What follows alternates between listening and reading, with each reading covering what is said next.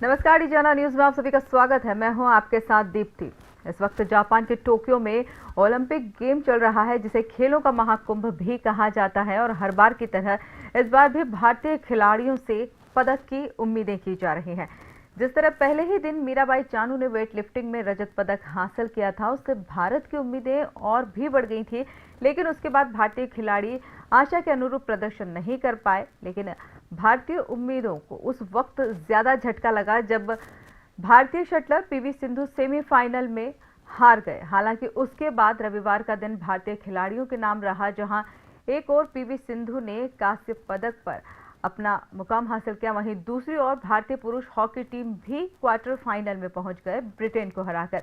हम आपको बता दें कि भारतीय महिला हॉकी टीम भी पहली बार सेमीफाइनल में पहुंची है, जिसने कि एक इतिहास रच दिया है। इस पूरे विषय पर हमसे बात करने के लिए हमारे साथ मौजूद हैं हमारे संवाददाता प्रवीण सावंत जी।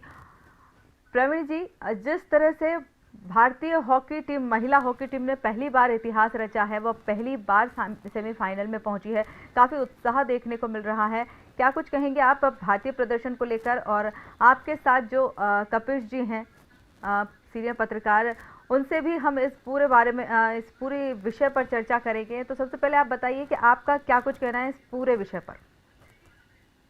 जी बिल्कुल दीप्ति, आपने बिल्कुल ठीक कहा कि पहले दिन पदक मिलने के बाद जो भारतीय खिलाड़ियों का प्रदर्शन था ओलंपिक 2020 में, वो निराशाजनक लग रहा था। लेकिन जिस तरीके से सुपर मंडे, संडे और सुपर मंडे यानी कि आज भारतीय टीम की महिला हॉकी ने जो है, भारतीय हॉकी ने इतिहास रचा और सेमीफाइनल में प्रवेश किया।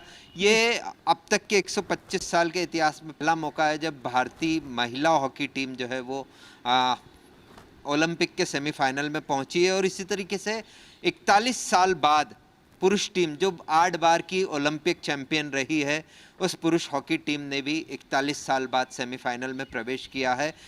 तो ये बड़ी हमारे लिए खुशी की बात कहेंगे भारतीयों के लिए कि सुपर संडे के बाद आज सुपर मंडे भी हमारे साथ इस समय मौजूद हैं कपिश दुबे जी वरिष्ठ खेल पत्रकार हैं और इस पूरे टोक्यो ओलंपिक पे पैनी नज़र बनाए हुए हैं और पल पल की खबरें जो हैं वो अपने पोर्टल के माध्यम से जो है वो पूरे देश भर में अपडेट करते रहते हैं। कपिश जी, जिस तरीके का ओलंपिक का प्रदर्शन संडे और मंडे, ये दोनों दिन को आप कैसे देखते हैं? जी, वाकई बहुत खुशी की बात है और हमारे खिलाड़ी लगातार अच्छा प्रदर्शन कर रहे हैं। कहीं उम्मीदों के अनुरूप नहीं रहा है, लेकिन ये खेल का हिस्सा है, जीत और हार दोनों चलती रहती है। लेकिन मैं आपके दर्शकों को बताना चाहूँगा, आप हॉकी का उल्लेख कर रहे थे, हमारा राष्ट्रीय खेल है और भारतीय पुरुष और महिला टीमें जिस तरह का प्रदर्शन कर रही हैं, उससे हम इंदौर वासियों के लिए या मध्य प्रदेश वासियों के लिए यदि मैं कहना चाहूँ तो दोहरी खुशी की बात है, क्योंकि भारतीय पुरुष हॉकी टीम में हमारे मध्य प्रदेश के खिलाड़ी विवेक सागर प्रसाद भी शामिल हैं और उन्होंने भारतीय टीम की जीत में अहम योगदान दिया है। मैं आपको बताना चाहूँगा, जब हमने अर्जेंटीना को हराया था तो उसमें विवेक सागर प्रसाद के गोल से ही हमें बढ़त मिली थी। वो इटारसी के रहने वाले हैं, वो मध्य प्रदेश हॉकी अकादमी के नियमित खिलाड़ी रहे हैं। इसी तरह भारतीय महिला टीम के जब आप बात कर रहे हैं तो वंदना कटारिया एक महिला खिलाड़ी हैं भारतीय टीम की, जो टीम की सदस्य हैं, अभी भारतीय टीम में हैं। वो भी मध्य प्रदेश से खेल चुकी हैं, यहाँ ही की हॉकी अकादमी में उन्होंने प्रशिक्षण लिया है। इस तरह के कई और खिलाड़ी भी हैं। उसमें नीलाकांत शर्मा का मैं नाम लेना चाहूँगा, हमारे फॉरवर्ड हैं और काफ़ी अच्छा प्रदर्शन कर रहे हैं। वे भी मध्य प्रदेश हॉकी अकादमी में प्रशिक्षण ले चुके हैं, यहाँ से खेला करते थे। अभी वो किसी दूसरी टीम्स का प्रतिनिधित्व कर रहे हैं राष्ट्रीय स्तर पर। लेकिन मैं ये कहना चाहूँगा कि मध्य प्रदेश का जुड़ाव या मध्य प्रदेश का इस सफलता में योगदान है, जो हमारे लिए दोहरी खुशी की बात है। बिल्कुल ठीक कहा कपिश जी आपने कि मध्य प्रदेश का भी इस ओलंपिक में पहली बार हमको कहीं ना कहीं ऐसा लग रहा है। इससे पहले पप्पू जो हैं वो पप्पू यादव वो ओलंपिक में प्रतिनिधित्व कर चुके हैं, लेकिन उसके बाद एक लंबा अंतराल है जब मध्य प्रदेश का कहीं कोई प्रतिनिधित्व ओलंपिक में करता नजर आ रहा है। हम बात करें कि जिस तरीके से पहला दिन था, पहले ही दिन हमने रजत पदक हासिल किया, उसके बाद हमारी उम्मीदें और दुगनी हो गई थी, क्योंकि जिस तरीके से लंदन ओलंपिक में हमने 6 मेडल हासिल किए थे, उसके बाद ये लग रहा था कि इस बार हम और ज़्यादा अधिक से अधिक मेडल हासिल करेंगे ताकि देश में जो है वो पदक की संख्या और सामने आए। लेकिन उसके बाद के जो प्रदर्शन रहे वो कहीं ना कहीं निराशाजनक रहे। ये जाहिर सी बात है कि हम जब पहले दिन हमने पदक जीता था तो हमको लगा था कि बड़ा अच्छा श्री गणेश हुआ है और इसी तरह से सफलता का सिलसिला चलता रहेगा। लेकिन उसके कई कारण होते हैं। एक तो कोरोना के कारण तैयारियां प्रभावित हुई हैं, इसे हमें स्वीकारना होगा। लेकिन दूसरी चीज़ ये भी है कि जिस तरह से हम तैयारियां कर रहे हैं, दूसरे देश भी तैयारियां कर रहे हैं और सभी लोग अपनी पूरी तैयारी के साथ यहाँ आए हैं, तो कहीं ना कहीं उसका भी फ़र्क था। लेकिन जो पदक हमें मिले, जैसे हमें उम्मीद थी कि एमसी मेरी कॉम पदक जीतेंगी, लेकिन वे नहीं जीत सकी। हमें उम्मीद थी कि टेनिस में हमारे खिलाड़ी कुछ कर पाएंगे, नहीं कर पाए। मैं बैडमिंटन में हम चर्चा कर रहे हैं, मैं आपको बताना चाहूँगा बैडमिंटन में भारतीय पुरुष युगल जोड़ी जो है सात्विक साईराज और रेड्डी की, उन्होंने जिस जोड़ी को हराया था वही जोड़ी वर्ल्ड ओलंपिक चैंपियन बन गए। तो ये बड़ा उनके लिए दुर्भाग्य रहा। तो कई बार किस्मत का भी एक अहम योगदान होता है। अब हम कहें कि हमारे खिलाड़ी ने तो उन्हें हराया है जो ओलंपिक चैंपियन बने हैं, लेकिन वो पदक नहीं जीत सके, वो बाहर हो गए। दिन की बात है, क्योंकि खेल में कहा जाता है जिस दिन जिस खिलाड़ी का दिन हो उसको कोई रोक नहीं सकता। जी बिल्कुल, बिल्कुल सही कह रहे हैं आप। तो कहीं ना कहीं एक वो फैक्टर भी रहा। लेकिन ठीक है, जीत हार जैसे हमने शुरू में कहा कि खेल का हिस्सा है। हमारे जो खिलाड़ी जीते हैं हमें उनकी खुशी मनाना चाहिए। उसके बाद में समीक्षा होगी कि क्या कारण रहे। बहुत सारे कुछ विवाद भी इस ओलंपिक से जुड़े रहे हैं, जैसे टेबल टेनिस की बात हो, जहां हमारे देश की ख्यात खिलाड़ी ने अपने राष्ट्रीय कोच को आने से मना कर दिया था, या टेनिस की बात हो जहां खिलाड़ियों ने अपने जोड़ीदारों का मुद्दा उठाया और संगठन पर आरोप लगाए।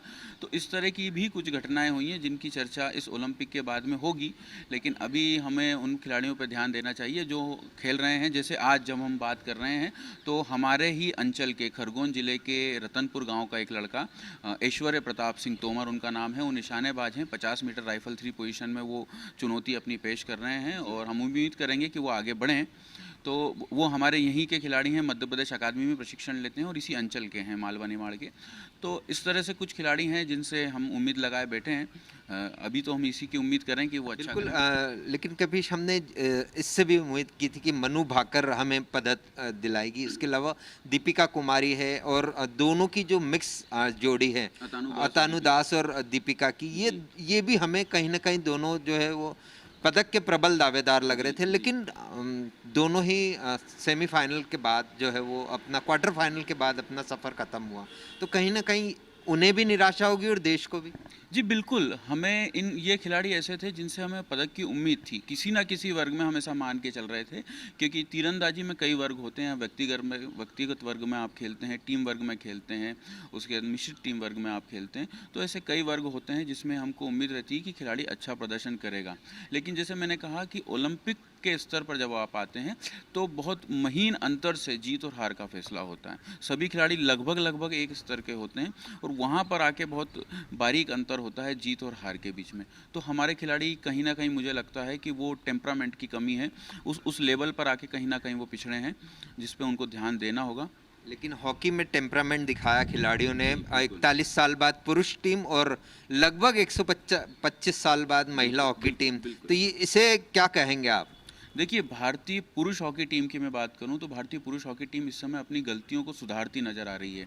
जैसे भारतीय पुरुष हॉकी टीम की कमजोरी हमेशा ये मानी गई है कि भारतीय पुरुष हॉकी टीम आखिरी का जो चौथा क्वार्टर होता है उसमें कमज़ोर पड़ जाती है और विपक्षी टीमें गोल करती हैं। कल आप ब्रिटेन के खिलाफ का यदि मैच देखें तो हमने बढ़त ले ली थी, उसके बाद में ब्रिटेन ने तीसरे क्वार्टर में आके गोल किया। हमको लगा कि ये वही सिलसिला शायद दोहरा जाए और ब्रिटेन वापसी कर ले, लेकिन ऐसा नहीं हो। भारतीय टीम ने फिर एक और गोल किया। तो और हमारा डिफेंस मजबूत रहा है। हमारे गोलकीपर हैं श्रीजेश, श्रीजेश की तारीफ करना होगी कभी जी, क्योंकि श्रीजेश ने जिस तरीके से वॉल बन के, जैसे आज सभी मीडिया में उनको जो है वो ग्रेट वॉल ऑफ इंडिया की भी उपाधि दी है, तो श्रीजेश का इसमें बड़ा रोल है। क्योंकि ब्रिटेन ने जो ताबड़तोड़ हमले किए थे उसको पूरी तरीके से रोका। बिल्कुल, आखिरी के क्वार्टर में आके ब्रिटेन बड़ी तेजी से हमले करने लगा था। इवन तीसरे क्वार्टर से उन्होंने हमले तेज कर दिए थे, क्योंकि उनको लग रहा था कि हमारे पास में करो या मरो की स्थिति, हार गए तो कुछ बचेगा नहीं। तो उन्होंने हमले तेज कर दिए थे। उनको एक फ़ायदा भी मिला, उनको एक पेनल्टी कॉर्नर मिला था जिसमें उन्होंने गोल में बदला। लेकिन भारतीय टीम ने उसके बाद में पलटवार किया। तो हमारा डिफेंस मजबूत रहा, हमारे गोलकीपर ने बहुत अच्छा प्रदर्शन किया, हमारी पूरी टीम अच्छा खेली। देखिए, आप देखेंगे उस टीम में हमारी पासिंग अच्छी रही, हमारे फॉरवर्ड एफर्ट्स अच्छा खेले, वो पोजीशन पर रहते थे हमेशा। जैसे मैंने विवेक सागर प्रसाद को आपका उल्लेख किया था अर्जेंटीना के खिलाफ, तो जो विवेक सागर प्रसाद ने जो गोल किया था, उस गोल को आप यदि देखें तो विवेक सागर प्रसाद गोल के बिल्कुल कोने पे खड़े थे। वो तैयारी में थे कि मेरे पास में गेंद आ सकती है। जैसे ही गेंद आई उन्होंने डिफ्लेक्ट किया और वो अर्जेंटीना के डिफेंडर के स्टिक से टकरा के अंदर गई थी। तो भारतीय खिलाड़ी जो हैं वो एक आत्मविश्वास उनमें नज़र आ रहा है, वो आक्रामक होकर खेल रहे हैं, चढ़कर खेल रहे हैं, जैसे हम इंदौरी भाषा में कहें, तो ये एक कॉन्फिडेंस उनकी बॉडी लैंग्वेज में झलक रहा है। मतलब कभी इस हॉकी ओलंपिक टूर्नामेंट में हमें आक्रामक खेल का सबसे ज़्यादा लाभ मिला है, वो फिर पुरुष टीम की बात करें या महिला टीम की, दोनों टीमों में यही एक कॉमन फैक्टर रहा है जो इसको इस सफ़र को, और महिला टीम की यहाँ और इसलिए तारीफ करने की ज़रूरत है क्योंकि पहले मुकाबले हारने के बाद हमेशा खिलाड़ियों का मनोबल जो है वो कहीं ना कहीं डाउन होता है, लेकिन भारतीय महिला टीम ने जो है इसको कभी डाउन होने नहीं दिया। बिल्कुल सही कह रहे हैं। और एक और बड़ी आश्चर्य की बात मैं कहूँगा आपको, खुशी से मिश्रित आश्चर्य है ये, कि हम जिन खिलाड़ियों की से उम्मीद लगाए बैठे थे, जिनकी सब जगह मीडिया में चर्चा थी, वो शायद उतना अच्छा प्रदर्शन नहीं कर सके। ये हो सकता है उन पर अतिरिक्त दबाव मीडिया का बन गया हो। हॉकी टीम की आप बात करें, खासकर महिला टीम की, तो इनसे हमें उम्मीद उतनी नहीं थी, ये हमें स्वीकारना होगा। यदि हम बात करें, हमें एमसी मेरी कॉम से उम्मीद थी, दीपिका कुमारी से उम्मीद थी, लेकिन हम हॉकी टीम की चर्चा उस समय नहीं करते थे। तो कहीं ना कहीं ये फ़ायदा उस टीम को मिला कि इनसे दबाव रहित होकर ये लोग खेल रहे थे, रिलैक्स्ड होकर खेल रहे थे, अपना नैसर्गिक खेल ये दिखा रहे थे। यहाँ आपने बात महिलाओं की है तो इसका जिक्र करना बहुत ज़रूरी है कपिश की पूरे ओलंपिक में अगर हमको सबसे ज़्यादा किसी ने प्रभावित किया है तो महिलाओं ने किया है, वो भारतीय महिलाओं हो या अन्य देश में भी हो, सबसे ज़्यादा महिलाओं ने। अब खेल में जिस तरीके से बदलाव आ रहे हैं और पुरुष की बजाय जो महिलाएं तेज़ी से आगे बढ़ रही हैं, उस पर आप क्या कहें? देखिए, यही बदलते भारत की एक पहचान है, ये संकेत हैं। अब हम देखेंगे कि हमारे यहाँ से मीराबाई चानू पहले दिन पदक जीतती हैं, हमारे यहाँ से पीवी सिंधु पदक जीतती हैं, हमारे यहाँ से लवलीना एक मुक्केबाज है जिन्होंने पदक पक्का कर लिया है। अब उसका रंग क्या होगा ये तय होना बाकी है, लेकिन हाँ, वो भी एक पदक लेंगी क्योंकि मुक्केबाजी में 2 लोगों को कांस्य मिलता है। तो हमारे यहाँ से हमारे देश की जो लड़कियां हैं वो बहुत अच्छा प्रदर्शन कर रही हैं और एक ये रोल मॉडल बनेंगी ना, ये आदर्श बनेंगी। पीवी सिंधु हैं, अब इनके अखबारों में फ़ोटो आएंगे, इंटरव्यू आएंगे, इनको सम्मान मिलेगा। तो कहीं ना कहीं इस भारत में लड़कियों को जो आगे बढ़ाने की जो बात हम कर रहे हैं और जो प्रशासन सरकार करता रहता है, तो एक समाज में बदलाव ये नज़र आ रहा है, ये बड़ी अच्छी बात है। आपने रोल मॉडल की बात की, यहाँ एक सवाल उठता है। पिछले मंडे को हम धर्मेश भाई से बात कर रहे थे, उनका ये कहना था कि जिस तरीके से हॉकी में पिछले कई वर्षों से पदक नहीं आया, उसके कारण हॉकी अपने निम्न स्तर पर चली गई देश में, लेकिन ये ओलंपिक का पदक फिर से इसको नई ऊंचाइयों पर और राष्ट्रीय खेल के सम्मान पर पहुंचा पाएगा। बिल्कुल, जब टीम जीतती है तो उसका सम्मान होता है, नाम छपता है और उनको देख के आदर्श स्थापित होते हैं। जैसे मैं एक उदाहरण देता हूँ क्रिकेट का। क्रिकेट, लोगों को लगता है कि क्रिकेट की बात अक्सर होती है, लेकिन क्रिकेट के सफलता के 2 कारण हैं। पहला, वो खेल लोगों को समझ में आता है। हमारे घर में बच्चा भी होता है तो उसको तोहफे में बल्ला ला के दिया जाता है क्योंकि उसके नियम लोगों को समझ में आते हैं। जब मैदान पर मैच होता है तो हमें समझ में आता है कि वाइट बॉल दी है तो क्या होती है, LBW दिया है तो क्या होता है। हॉकी के साथ में ये दुर्भाग्य रहा कि इसके नियम लोगों के समझ में उतने नहीं आते, ये लोकल स्तर पर ये खेल उतना नहीं खेला जा रहा, इस पे ध्यान दिया जाना चाहिए। दूसरी चीज़, सफलता जो आपने कहा वो बहुत बहुत महत्वपूर्ण चीज़ है। हमारे यहाँ सचिन तेंदुलकर या विराट कोहली जब शतक लगाता है और टीम को जिताता है तो वो एक आदर्श के रूप में प्रस्तुत होता है। हॉकी में ऐसा आदर्श हमको नहीं मिला। हम आज भी ध्यानचंद जी की बात करते हैं, वो पुराने किस्से हम लोग दोहराते हैं, उसको हमारे वीर गाथा के रूप में लेते हैं कि ध्यानचंद जी अकेले दम पे ले जाते थे, उनकी स्टिक की जांच हुई थी। तो हमारे लिए हॉकी में यदि कोई वीर गाथा है, आदर्श है, तो वो ध्यानचंद जी की सफलता है कि उन्होंने ऐसा किया था। वर्तमान दौर में कुछ खिलाड़ी आए, ऐसा नहीं है, कुछ खिलाड़ी आए, लेकिन वो उस लेवल पर या उस स्तर तक नहीं पहुंच सके जिसको हम आदर्श के रूप में स्थापित करें और उनके किस्से आने वाली पीढ़ी को सुना सकें। कपिल जी, यहाँ से हम हॉकी पर फिर लौटते हैं। हम बात करेंगे कि अब हमारा मुकाबला पुरुष टीम का सेमीफाइनल में और महिला टीम का पुरुष, किस तरह से इन आगे वाले दोनों मुकाबलों को आप देखते हैं? क्या ये दोनों महिला और पुरुष में हम पदक की उम्मीदें अब और हमें बढ़ानी चाहिए?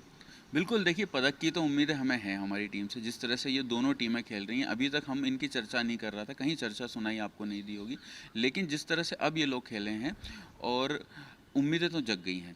जिस तरह से मैं वही कह रहा हूँ कि इनका जो नैसर्गिक प्रदर्शन अभी तक रहा है, हमारी टीम बहुत अच्छी खेल रही है, संतुलित खेल रही है, वो योजनाबद्ध तरीके से आगे बढ़ रहे हैं, उन्हें पता है कब हमें अटैक करना है, कब डिफेंस करना है। तो वो दोनों चीज़ें हैं। तो टीम अच्छा खेल रही है, बस जिस तरह से खेल रही है उसी तरह से ये लोग आगे बढ़ें। टीमें अपनी तैयारी करती हैं विपक्षी टीम के अनुसार, हर मैच अलग होता है, उसकी तैयारी अलग होती है। किसी टीम का आक्रमण यदि ज़्यादा अच्छा होता है तो हम उसको उस तरह से काउंटर करते हैं, किसी का डिफेंस अच्छा होता है तो उस तरह से काउंटर करते हैं। अभी तक हमें जो समझ में आया इस ओलंपिक में कि भारतीय टीम अपनी कमजोरियों पर काबू पाती दिखी है। हमारा डिफेंस मजबूत हुआ है, हमने आखिरी क्वार्टर में गोल खाने की हमारी कमजोरी से उभरते दिखे हैं हम। तो ये अच्छे संकेत हैं, तो उम्मीद की जा सकती है, उम्मीद करना भी चाहिए, और हम तो हिंदुस्तानी लोग हैं तो हम हमारी टीम से हमेशा उम्मीद करेंगे, प्रार्थनाएं होंगी। यहाँ कभी जी कुछ ऐसे खेल हैं जिनको कभी ओलंपिक के भारतीय ओलंपिक के दृष्टि से कभी उसको उस लेवल पर नहीं आंका गया, जैसे हमने बात की तलवारबाजी की, डिस्कस थ्रो की। यहाँ दोनों खेल की बात करना बिल्कुल लाजमी होगा, क्योंकि दोनों में ऐसा प्रदर्शन किया गया कि जिसमें अभी तक हमें कोई इस तरह की उम्मीदें नहीं थी। बिल्कुल, देखिए डिस्कस थ्रो तो एक ऐसा खेल, वो एथलेटिक्स का हिस्सा है। तो एथलेटिक्स के जो खेल थे वो चर्चा में उसी समय आते हैं जब कोई इवेंट चलता है। जैसे नीरज चोपड़ा हैं, वो भाला फेंक के बड़े अच्छे खिलाड़ी रहे हैं, वर्ल्ड में उन्होंने बड़े पदक जीते हैं, कॉमनवेल्थ में जीते हैं। तो वो खिलाड़ी बहुत अच्छे हैं, लेकिन जब वो जीतते हैं उसी दरमियान उनके नाम की चर्चा होती है, उसके बाद में वो ख़त्म हो जाता है, वो चर्चा नहीं होती है। दूती चंद है, महिला धाविका हैं, तो जब वो एथलेटिक्स में फर्राटा दौड़ में कहीं जीतती हैं, कुछ होती हैं, तो हम चर्चा करते हैं, उसके बाद में हो जाती हैं। तो एथलेटिक्स से जुड़े जो खेल हैं उनकी चर्चा बहुत कम होती है। यहाँ पे खिलाड़ी जीत रहे हैं, हमें उम्मीद करना चाहिए कि ये जो मैदानी खेल हैं और जिस तरह से हमारे खिलाड़ी कर रहे हैं, इनको हम नियमित रूप से इनकी चर्चा कहीं ना कहीं आए, उसके भी प्रयास करने होंगे। रही बात तलवारबाजी की, तो तलवारबाजी का खेल बिल्कुल सही आपने कहा कि वो उतना चर्चा में नहीं आता। उसके कुछ कारण हैं। पहला, उसके लिए जो इक्विपमेंट्स लगते हैं वो बहुत सहज उपलब्ध नहीं है। वो हर जगह वो सुविधाएं नहीं होती। कुछ बड़े स्कूलों में वो सुविधाएं होती हैं, लेकिन बड़े स्कूलों में खेलने वाले खिलाड़ी सब वो खेल स्वीकार करें, उसको खेलें, वो संभव नहीं होता। एकेडमियाँ हैं सरकारी, वो सब जगह नहीं है। जैसे इंदौर की बात करें तो हमारा शहर बहुत बड़ा है मध्य प्रदेश का, लेकिन इंदौर में खेल विभाग की कोई नियमित अकादमी नहीं है। भोपाल में बहुत बड़ा सेंटर है, जबलपुर में है, लेकिन हमारे यहाँ प्रस्ताव है, बनना है, कब बनेगा पता नहीं है। तो ये इस तरह की कुछ छोटी छोटी कमजोरियां हैं जिन पे हमें काबू पाना होगा। कबीर जी, कुश्ती से हमें काफ़ी उम्मीदें रही हैं। 2 पदक इसमें माफ़ कीजिएगा, 3 पदक है शायद जी, ओलंपिक में। ओलंपिक में सुशील कुमार ने हमको लिया दो था, फिर कसाबा जाधव शुरुआत में लेके आए थे। सुशील कुमार 3 2 पदक पदक लेके हैं। आ चुके हैं। तो ये पहले भारतीय बने थे जो वो कि 2 पदक ओलंपिक के उनके जी, नाम बिल्कुल, है। बिल्कुल। उसके बाद अब ये रिकॉर्ड जो है वो पीवी पीवी सिंधु ने भी हाँ, हासिल कर लिया, लेकिन महिलाओं ने के नाते। कुश्तियों के मुकाबले अब जब अंतिम दौर में प्रारंभ होंगे, सबसे अंतिम उन्हें रखा जाता है। क्या उम्मीदें हैं हमारे पास भारतीयों के लिए कुश्ती में? देखिए हमारी कुश्ती टीम अच्छी है, कुश्ती टीम हमारी अच्छी है, और ऐसा माना जाता है कि हम जो एशियाई देश हैं उन्हीं में कुश्ती ज़्यादातर होती है। ज़्यादा मजबूत देश जो हैं वो एशियन गेम्स में आते हैं। तो उसके प्रदर्शन की आप यदि तुलना करें तो हमारी टीम अच्छी है, हमारी टीम की तैयारी भी अच्छी हुई है। अब जैसे हमने कहा कि वो दिन की बात होती है, और कुश्ती में ये भी मौका होता है कि किस्मत आपका बड़ा साथ होता है। जैसे उसमें एक रेपचेस राउंड होता है कुश्ती में। हमारे दर्शकों को मैं आप बताना चाहूँगा कि कुश्ती में यदि आप हार भी गए और आपसे जीतने वाला खिलाड़ी यदि फाइनल में पहुंचा तो आपको दोबारा मौका मिलता है। वो रेप चेस रीपेचेस बोलते हैं उसको, दोबारा जोड़ लगवाना। फिर अब भ्रंश होकर वो रेप चेस कहलाने लग गया। सही शब्द रीपेचेस है। लेकिन कुश्ती में किस्मत का भी बड़ा योगदान है। सुशील कुमार ने जब कांस्य पदक जीता तो रेप चेस में जीता था, पहली बार जब कांस्य पदक जीता था वो उसी से। तो हम उम्मीद करते हैं कि हम कांस्य तो नहीं सोचेंगे, हम तो ये सोचेंगे कि हमारे खिलाड़ी अपने दमखम से फाइनल में आए और पदक जीतें। किससे उम्मीदें हैं हम ओलंपिक कुश्ती में? हम देखिए बजरंग हमारे बहुत अच्छे खिलाड़ी हैं, विनेश बहुत अच्छी खिलाड़ी हैं, और भी हमारे खिलाड़ी अच्छे हैं, पर इन दोनों से ज़्यादा उम्मीदें हैं क्योंकि इनका हालिया प्रदर्शन अच्छा रहा है। हम अब बात कर रहे हैं कि जैसे जिस तरीके से ओवरऑल प्रदर्शन रहा है भारतीय खिलाड़ियों का इस ओलंपिक में, क्या इस प्रदर्शन के आधार पर हमें आने वाले वर्षों में हमारे खेल की जो है वो धुरी बदलती हुई दिखेगी? बिल्कुल, बिल्कुल। देखिए आप पिछले 2-3 जो ओलंपिक रहे हैं, चाहे लंदन ओलंपिक हो, चाहे रियो ओलंपिक हो, जब सुशील कुमार जीते, जब पीवी सिंधु जीती, जब मुक्केबाजी में विजेंद्र जीते थे, तो तो इसके बाद से जो दूसरे खेल हैं उनके प्रति रुझान बढ़ने लगा है। अब देखिए दूसरे खेल हैं, पहले हमारे यहाँ सिर्फ क्रिकेट होता था, खेल क्रिकेट से शुरू होकर क्रिकेट पे ख़त्म हो जाता था, औपचारिकता के लिए दूसरे खेल होते थे। अब ऐसा नहीं है, अब अभिभावक अपने बच्चों को दूसरे खेलों में भेजने लगे हैं। दूसरे खेलों के आप सेंटर्स पे जाके देखेंगे, आप तो खुद खेल बहुत खिलाड़ी हैं और खेल कवर करते हैं, तो दूसरे खेलों के सेंटर्स पर मैदानों में बच्चों की भीड़ नज़र आती है, चाहे बैडमिंटन हो, चाहे कोई भी खेल की आप बात करें। तो ये समाज में एक बदलाव आ रहा है। वो जैसे आपने शुरू में एक प्रश्न किया था कि आदर्श, तो ये आदर्श बने हैं। आज साइना नेहवाल आदर्श बनी, पीवी सिंधु आदर्श बनी, एमसी मैरी कॉम आदर्श बनी, सानिया मिर्जा बनी। तो ये कहीं ना कहीं इनकी वजह से लोगों का रुझान उन खेलों की तरफ बढ़ा। तो ये एक संकेत है और ये एक अच्छा सिलसिला है जो शुरू हो चुका है। हमारे यहाँ देश में महिलाओं को यानी कि लड़कियों को खेल में उतना ज़्यादा प्रोत्साहन नहीं देते हैं। सानिया ने ट्रेंड बदला, साइना ने ट्रेंड बदला, पीवी सिंधु ने ट्रेंड बदला। ये ओलंपिक भी क्या एक आदर्श स्थापित कर पाएगा महिलाओं के लिए या लड़कियों को खेलों की तरफ प्रोत्साहित करने के लिए? जी बिल्कुल, बिल्कुल करेगा, बिल्कुल करेगा। उसका कारण है हमारे देश की बेटियां पदक जीत रही हैं। और अभी तो ये भी सोशल मीडिया पे चर्चा है कि बेटियां ही देश का मान बढ़ा रही हैं, अभी तक लड़कों ने पदक जीते नहीं हैं। तो जब लड़कियां जीत रही हैं अच्छी बात है, और उनको देख के कहीं ना कहीं जो लड़कियां हैं दूसरी जो देश की हैं, जो अभिभावक हैं, जो उनको लगता है कि हमारी बच्ची भी पीवी सिंधु बन सकती है, मीराबाई चानू बन सकती है, तो एक आस जगती है, उम्मीद जगती है।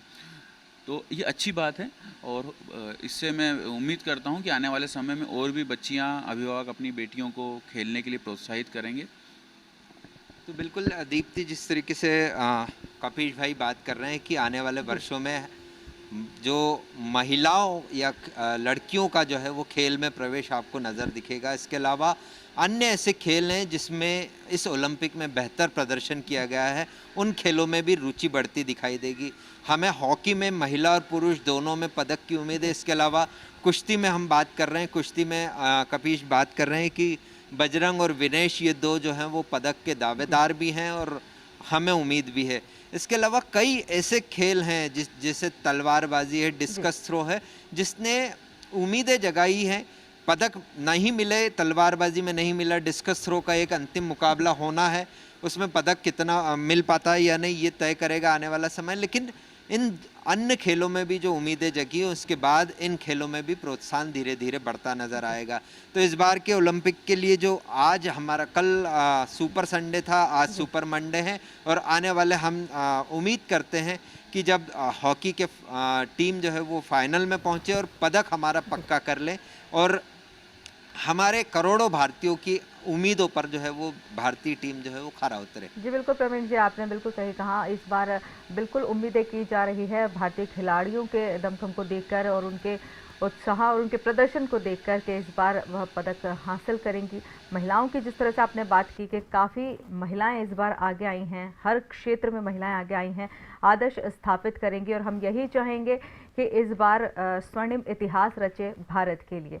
हमसे बात करने के लिए बहुत बहुत धन्यवाद प्रवीण जी और कपिश जी। ये थे हमारे साथ हमारे संवाददाता प्रवीण सावंत जी और कपिश जी, जिन्होंने इस पूरे विषय पर हमसे बात की। यहाँ लेंगे एक छोटा सा ब्रेक के बाद जल्द हाजिर होंगे। आप बने रहिए डीजे आना न्यूज़ के साथ।